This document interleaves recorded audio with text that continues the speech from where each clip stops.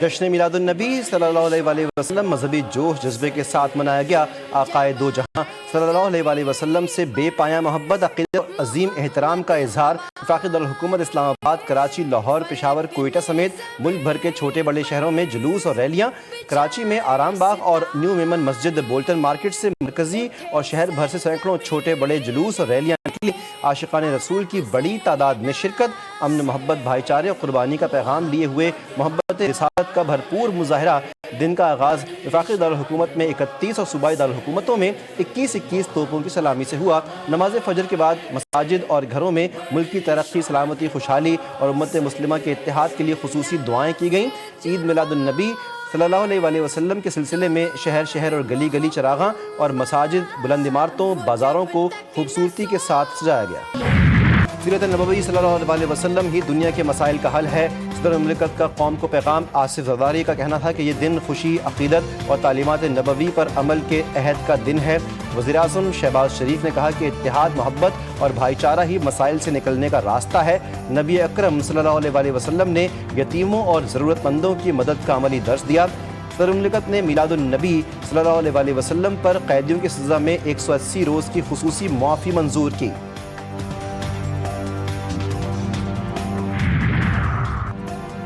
1965 کی پاک بھارت جنگ میں آسمانوں کے بادشاہوں کا دبدبہ کسی سے پوشیدہ نہیں۔ 7 سپٹمبر یوم فضائیہ کے طور پر منایا جاتا ہے۔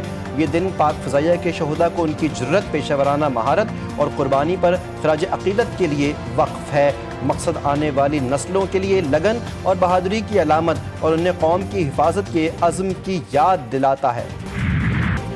1965 کی پاک بھارت جنگ کے برکی سیکٹر میں بہادری اور جرت کی وہ لازوال داستان جہاں واحد نشان حیدر پانے والے میجر راجہ عزیز بھٹی نے دشمن کے مقابلے میں اپنی جان کی بازی لگا دی۔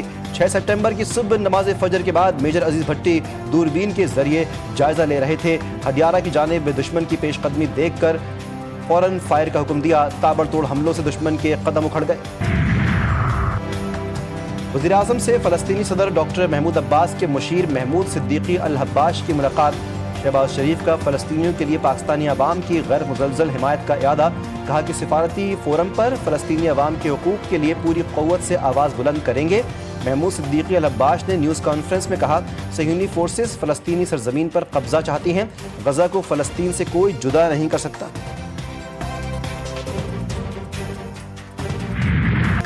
مانسون کے 10ویں اسپیل کا الرٹ جاری۔ بھارت میں موجود ہوا کا کم دباؤ مزید طاقتور ہو گیا۔ NDMA کی کراچی میں آج سے گرج چمک کے ساتھ بارش کی پیشگوئی۔ اربن فلڈنگ کا خدشہ۔ محکمہ موسمیات کے مطابق شہر کے مضافات میں آج شام سے بارش کا سلسلہ شروع ہو سکتا ہے۔ 10 سپٹمبر تک کراچی سمیت دیہی سندھ کے مختلف اضلاع میں اربن فلڈنگ کی صورتحال کا امکان۔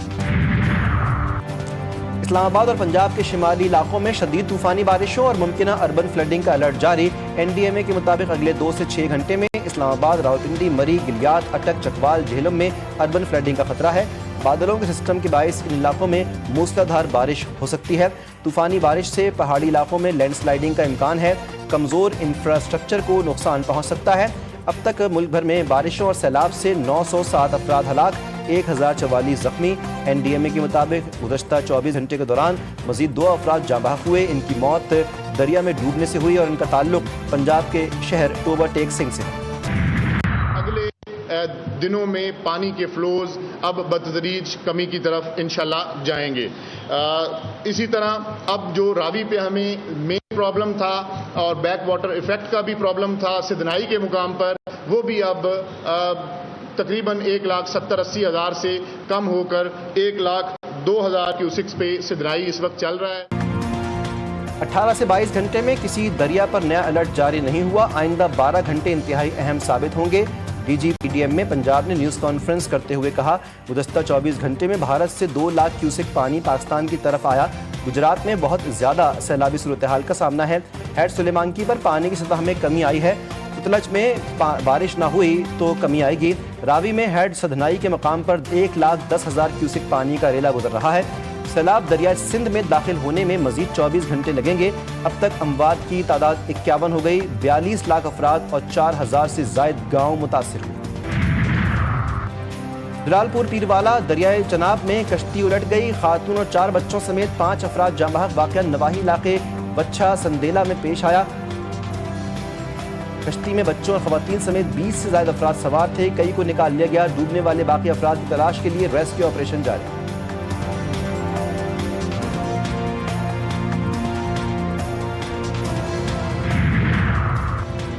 امریکہ سے سیلاب متاثرین کے لیے امدادی سامان لے کر پہلی پرواز پاکستان پہنچ گئی۔ خیمے، پانی صاف کرنے والے پمپس، جنریٹرز اور دیگر ضروری اشیاء شامل سامان پاک فوج کے حوالے فلڈ ریلیف کیمپوں میں منتقل کیا جائے گا۔ امریکہ سے مزید امدادی سامان لے کر 6 پروازیں پاکستان پہنچیں گی۔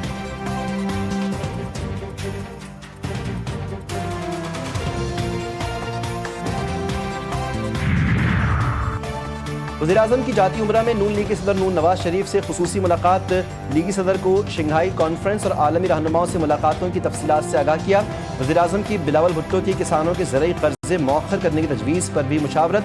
سیلاب کی تباہ کاریوں اور متاثرین کی بحالی کے لیے آپریشنز پر بریفنگ دی۔ نواز شریف نے ہدایت کی کہ وزیراعظم اور وزیر اعلیٰ پنجاب اتحادیوں سے مل کر ریلیف آپریشنز جاری رکھیں۔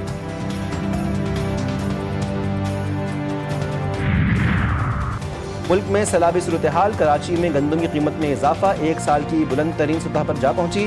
40 کلو گندم کی قیمت 3,943 روپے ہو گئی۔ سیلاب کے باعث رسد کے نظام میں رکاوٹیں اور فصلوں کو جزوی نقصان پہنچا۔ ماہرین کے مطابق صورتحال برقرار رہی تو آٹے کی قیمتوں میں اضافہ ہوگا۔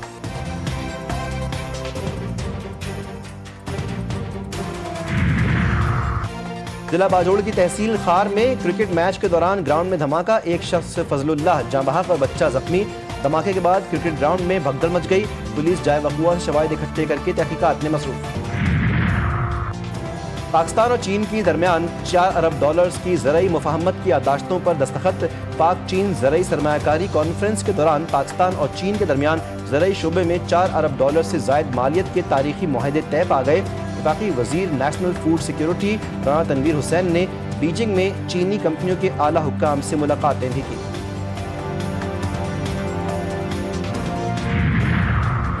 برطانوی وزیراعظم کی کابینہ میں رد و بدل۔ پاکستانی نژاد شبانہ محمود وزیر داخلہ مقرر۔ شبانہ محمود اس اہم اور حساس عہدے پر فائز ہونے والی پہلی پاکستانی خاتون۔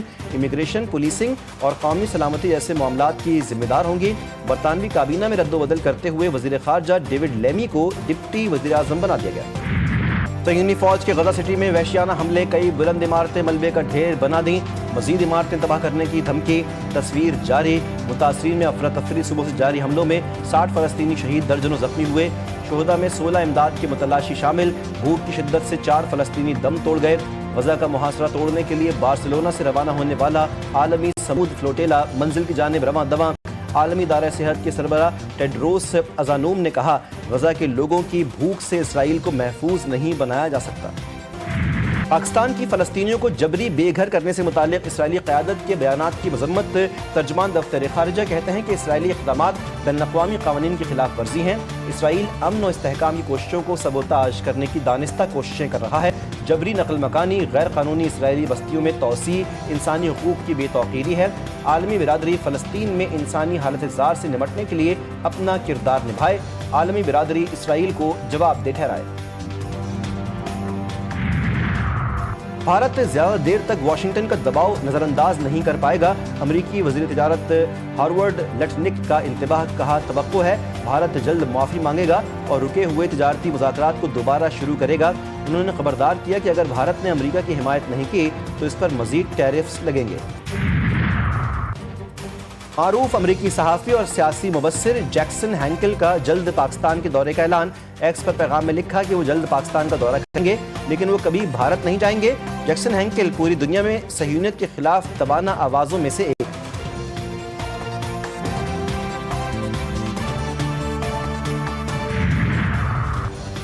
پاکستان کا آئی سی سی ویمنز کرکٹ ورلڈ کپ کی افتتاحی تقریب میں شرکت نہ کرنے کا فیصلہ۔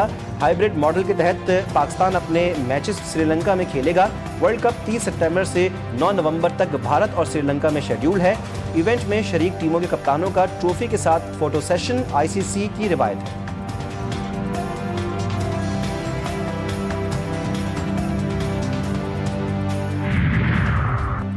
شائقین کرکٹ کا انتظار ختم۔ سہ فریقی کرکٹ سیریز کا سنسنی خیز فائنل آج۔ پاک افغان ٹیمیں طوفانی مقابلے کے لیے تیار۔